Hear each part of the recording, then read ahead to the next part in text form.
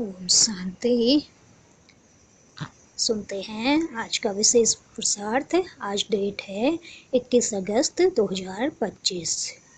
Title है पुरुषार्थ का संपूर्ण निर्विकारी। बाबा कहते हैं हमें बाप समान संपूर्ण निर्विकारी बनना है। अपने चित्त को शांत, निर्मल, प्रेम और शुभभावनाओं से भरपूर करना है। पवित्र तो अनेक आत्माएं बन गए, पर पवित्रता का बल थोड़ों के अंदर रहता है। तो बाबा कहते हैं पवित्र तो अनेक आत्माएं बन गए हैं, पर पवित्रता का जो बल है वो थोड़े ही जो आत्माएं हैं उनके अंदर रहता है। पवित्र बनना अलग बात है, निर्विकारी बनना अलग बात है, और पवित्रता का बल अपने में बढ़ाना यह महत्वपूर्ण बात है। पवित्रता ब्रह्मचर्य से शुरू होती है। निर्विकारी हम तब बन जाते हैं जब सभी विकारों को अंश और वंश सहित नष्ट कर देते हैं। तो बाबा कहते हैं निर्विकारी हम तब बन जाते हैं जब हम सभी प्रकार के विकारों के अंश और वंश सहित उनको नष्ट कर देते हैं। लेकिन पवित्रता का बल किसमें आता है? तो बाबा पूछ रहे हैं पवित्रता का बल किसमें आ पाता है? वास्तव में जो सभी व्यर्थ संकल्पों से भी मुक्त हो जाते हैं।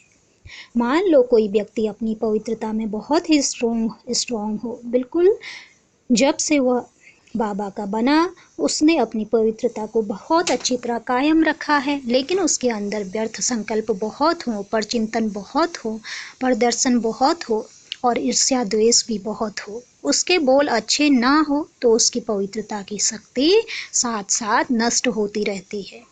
तो देखो बाबा ने कहा जब कोई आत्मा इस तरह का कार्य करती है, भले ही वो कितना ही पवित्र रहे, कितना वो ब्रह्मचर्य को अपना ले, लेकिन उसके अंदर जब यह विकार रहते हैं तो वह फिर उसकी जो पवित्रता की जो शक्ति है, जो ब्रह्मचर्य को अपनाता है, तो वह शक्ति भी उसकी साथ साथ नष्ट होती रहती है।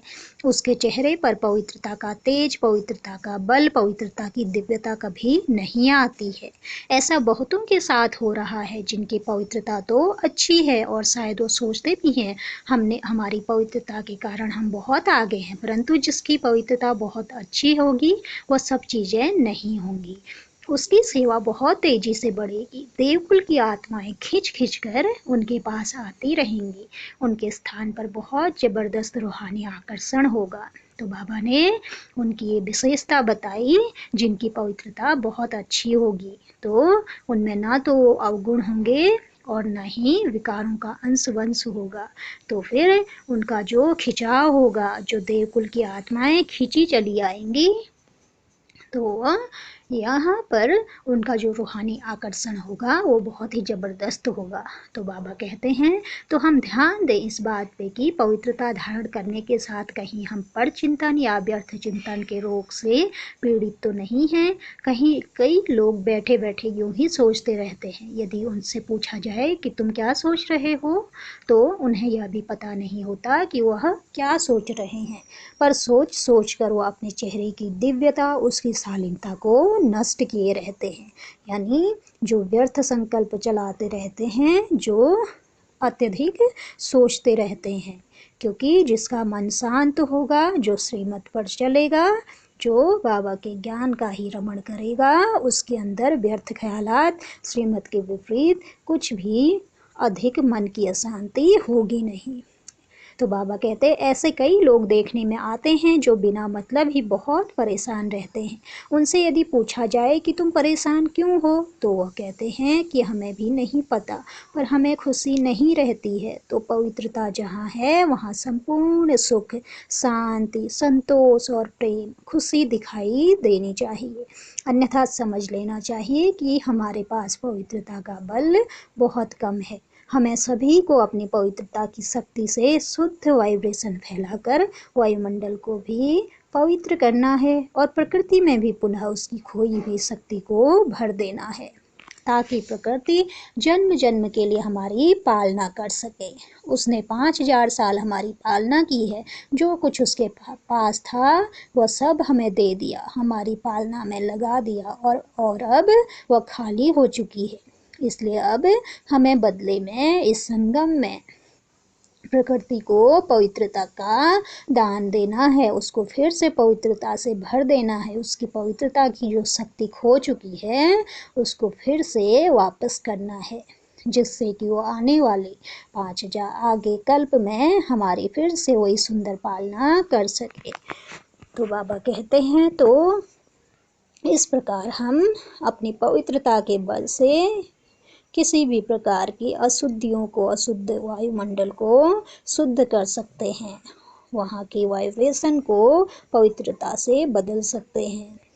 तो आज हम सारा दिन प्रकृति को भी योगदान करेंगे। तो हम 2 सम्मान अपने पास रखेंगे। मैं पवित्रता का फरिश्ता हूँ और प्रकृति का मालिक हूँ।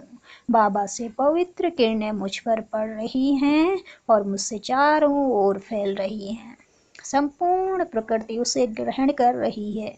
हमें याद रहे, पवित्र आत्मा, योग युक्त आत्मा जिधर चलती है उसके नैन जिस पर पड़ते हैं, उसकी दृष्टि जिस पर पड़ती है उनको पवित्र वाइब्रेशन मिलते हैं। उनके पैर जहाँ छू लेते हैं वहाँ पवित्र वाइब्रेशन समा जाते हैं। उनके हाथ जहाँ लग जाते हैं हाथों से भी पवित्र वाइब्रेशन निकलकर उन वस्तुओं में, चाहे वो सब खाने की वस्तुएं, सब्जी हो, पानी हो, वस्त्रों में समाने लगती है। उनकी भावनाएं चारों ओर के वायुमंडल को भी पवित्र कर देती है, परिवर्तित कर देती है। तो पवित्रता का बल इतना महान बल है। तो इसके लिए बस हमें थोड़ा सा अपने पे अटेंशन रखना है, अपने संकल्पों पे कंट्रोल रखना है। हमें वही संकल्प करने हैं जो बाबा की श्रीमत हमें मिली है, उसी अनुसार हम अपने संकल्प चलाएं। उससे व्यर्थ संकल्प हम ना चलाएं। हम निश्चय बुद्धि रहें, निश्चिंत रहें, जितना हो सके हल्के होकर रहें। तो इस प्रकार बाबा कहते हैं कि हमें संपूर्ण पवित्रता को धारण कर अपने आसपास के वायुमंडल को संपूर्ण पावन बनाना है। तो इसलिए आज हम सारा दिन एक बहुत ही सुंदर अभ्यास करेंगे कि हम प्रकृति को निरंतर पवित्र वाइब्रेशन देते रहें, तो हम बाबा के बहुत ही ज़्यादा सहयोगी संतान साबित होंगे। बाबा ने कह दिया है कि जो बहुत अच्छे पवित्र बनते हैं वो मेरे बहुत सहयोगी रहते हैं। तो भगवान के कार्यों में सहयोग देने का यह सर्वोत्तम उपाय है कि हम व्यर्थ संकल्पों से, पर चिंतन से, ईर्ष्या द्वेष से मुक्त होकर वायुमंडल को पावरफुल बनाएं।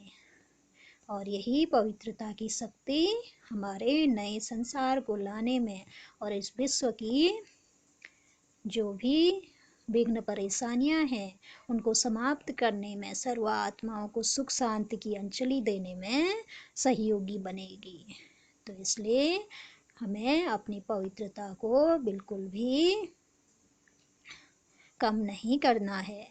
तो बाबा ने तरीका बता दिया है कि किस वजह से हमारी पवित्रता कम होती है और क्या हम करेंगे तो हमारी पवित्रता बढ़ती जाएगी। तो सभी इसको फॉलो करेंगे, इसको धारण करेंगे और अपने पुरुषार्थ को बहुत ही तीव्र बनाएंगे। अच्छा, ओम शांति। शुक्रिया बाबा, शुक्रिया।